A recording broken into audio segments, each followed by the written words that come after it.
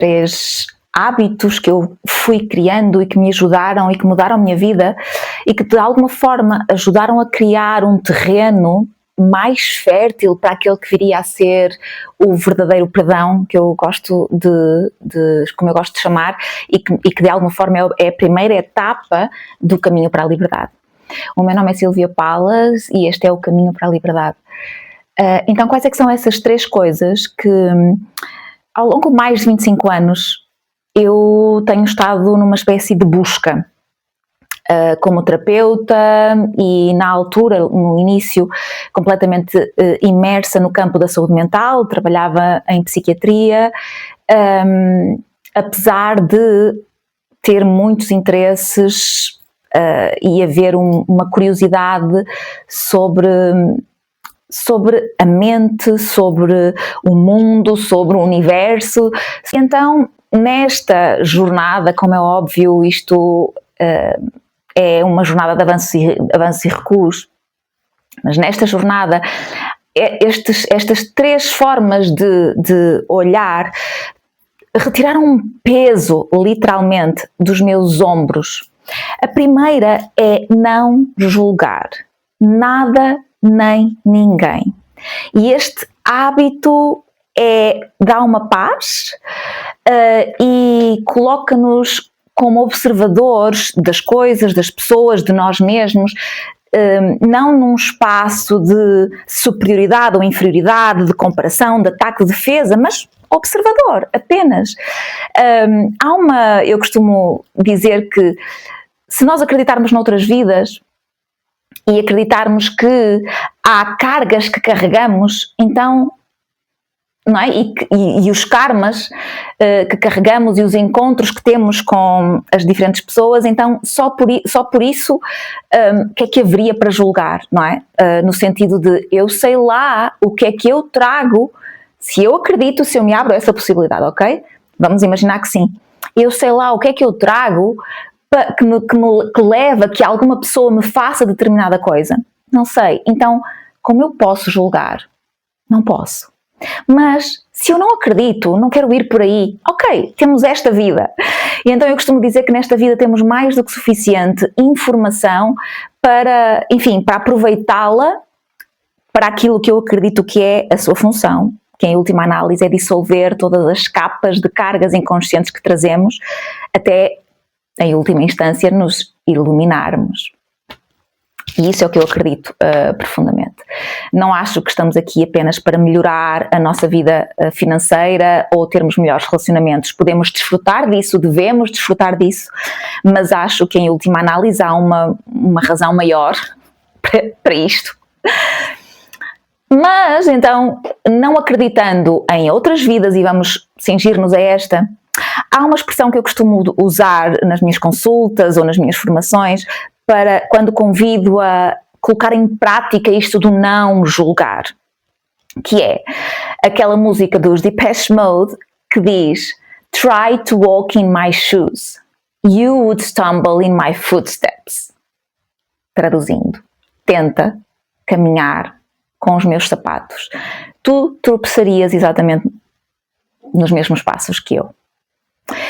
E isto, mesmo pegando em situações que nos levam automaticamente e que nos mexem, por exemplo, situações de abusos, de crimes horrendos, quando eu me abro à possibilidade de, se eu me colocasse nos sapatos daquela pessoa, isto para ser bem dramática e a expor mesmo as situações extremas, já para não falar, não é, das situações, enfim, do dia-a-dia em que não somos sempre felizes uns com os outros.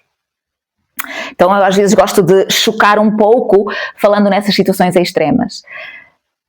Eu não sei o que é que eu faria se eu tivesse a viver com os sapatos daquela pessoa que cometeu aquele crime, aquele abuso, aquela traição.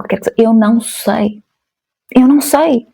Eu não sei o que foi ter nascido daquele ventre, ter tido aquela infância, ter sido exposto ao que quer que aquela pessoa tenha sido exposta, que a possa ter levado e criado o que quer que seja, qualquer que tenha sido a perturbação que o tenha levado a converter-se num criminoso, num abusador, num traidor, num manipulador, o que quer que seja. Então, não julgar nada nem ninguém, eu apenas abro isto, é um exercício, mas se eu acredito em outras vidas e que isto é quase um rever de lições, então quem sou eu para julgar o que quer que seja se eu não faço a mais pálida ideia do que eu possa ter feito, dito com as pessoas que agora me estão a dizer e a fazer coisas menos agradáveis nesta minha vida atual. E se eu não acredito nada disto, isto também está tudo bem, eu sei lá o que é ter nascido, vivido e calçado os sapatos daquela pessoa, então quem sou eu para julgar o que quer que seja? E sim, moralmente, do ponto de vista da justiça, se é um abusador, se é um criminoso, obviamente há as leis e deve ser punido. Não é isto que como é óbvio, é um processo meu, mental. Eu posso observar aquele ser, aquela pessoa precisa de ser presa, precisa de ser punida, cometeu um crime. Outra coisa é eu dentro de mim julgar. Mas, como tudo é um reflexo do meu mundo interno, se mexe, eu já tenho um vídeo sobre a questão dos fusíveis e dos gatilhos, se mexe e se ativa, então é em mim que eu devo aproveitar a oportunidade para dissolver o que quer que me esteja a refletir a mim. Depois, não ter expectativas em relação a nada nem a ninguém. Expectativas é a nossa necessidade de querer, primeiro, de não confiar e de querer controlar, de esperar que determinada coisa aconteça de uma determinada maneira, esperar que uma determinada pessoa pense, diga, faça o que eu acho que deveria pensar, fazer, e está muito ligada com a questão do julgamento. Então, tipo, quem sou eu para esperar o que quer que seja? E esperar o que quer que seja, de quem quer que seja, o que é que me vai fazer a mim? Em que é que me vai beneficiar a mim? Criar-me ansiedade, frustração, desilusão, tristeza, raiva, porque não vai, seguramente, mudar absolutamente nada. Então, a expectativa nasce, como é óbvio, desta nossa mente egóica e da necessidade que precisamos de controlar. E, obviamente, necessitamos de controlar para nos sentirmos seguros, porque estamos formatados quimicamente, fisiologicamente, para estar sempre em estado de alerta.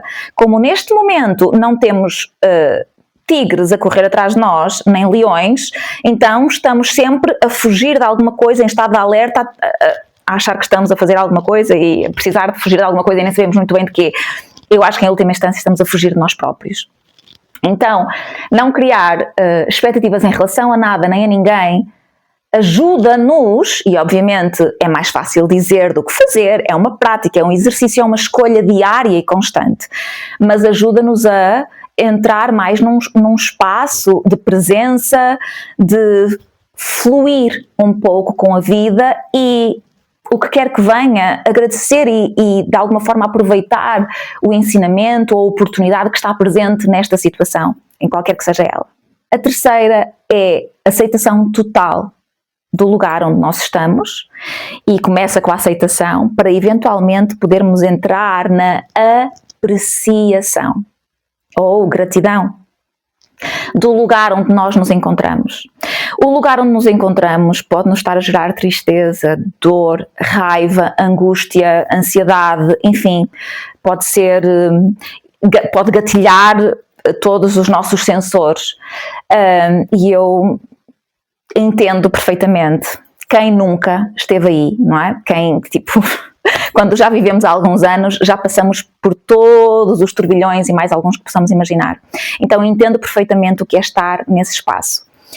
Mas é este jogo entre parar, entre respirar e estar em presença e parar de lutar. Parar de lutar contra aquilo que é. Porque de alguma forma a raiva é no fundo, que fazem-nos sofrer, são resistências àquilo que está a acontecer. É quase o não querer aceitar o que está a acontecer. Não é quase, é não querer aceitar o que está a acontecer. E então, se eu paro, ok, e eu aceito, isto está a acontecer. Depois há algumas perguntas que eu posso ir fazendo para me ajudar, ok, isto está a acontecer. Há aqui algo, um bem maior para mim, há aqui informação sobre mim, afinal de contas, se me está a acontecer, é sobre mim, é sobre a minha vida, portanto há um benefício maior, há uma contribuição aqui sobre mim. Há uma expressão que eu gosto particularmente, que é: tu encontras-te com os teus problemas. Ou seja, os nossos problemas, as situações, têm uma informação preciosa para nos ajudar a encontrar-nos. E este nos, com letra maiúscula, eu vou então aceitar o lugar onde eu estou. E vou abrir, ok, o que há aqui para mim? Que benefício, que presente há aqui que eu não estou a perceber? Que contribuição é isto para mim? E com esta mudança de percepção, com esta mudança de questionamento em relação àquilo que eu estou a viver, de alguma forma isso vai abrir-me a possibilidade de observar coisas presentes camuflados, por assim dizer, que eu, estando no modo raiva, autocomiseração, tristeza, eu não ia conseguir ver nem perceber. E reparem, não há soluções mágicas e isto não é de um dia para o outro, isto é uma decisão. Eu decido começar a caminhar na vida desta forma. E, efetivamente, quem sou eu para julgar o que quer que seja e quem quer que seja? Mesmo que eu tenha sido a vítima e o receptor de alguma situação, quem sou eu? Se eu não sei o que é estar nos sapatos da outra pessoa e eu não sei, inclusive, que cargas haverá entre nós os dois, inconscientes, que o tenham levado ou tenham levado a ter esta postura, esta atitude comigo, esta situação, o que quer que seja. Quem sou eu para esperar o que quer que seja? Quem sou eu? Como seria apenas viver de um espaço de gratidão, de apreciação e de fluxo com aquilo que se me apresenta, sem criar expectativas e sem ter a necessidade de controlar quem quer que seja ou o que quer que seja e ir soltando esta necessidade. E finalmente, como seria agradecer o que estás a viver neste momento, as situações que se te estão a apresentar, porque nelas pode haver um grande potencial de autoconhecimento e de transformação e de libertação de cargas, de coisas, de memórias, de crenças, de culpas inconscientes que nem sequer tinhas noção e que não te permitirias se não tivesses entrado num espaço de aceitação e depois de apreciação do momento presente, do que se está a apresentar no momento. Então começa a praticar o não julgamento, a não expectativa e a total apreciação e aceitação daquilo que estás a ver no momento e depois conta-me. Cuida-te com muito amor e se ninguém te disse isto hoje, eu amo-te.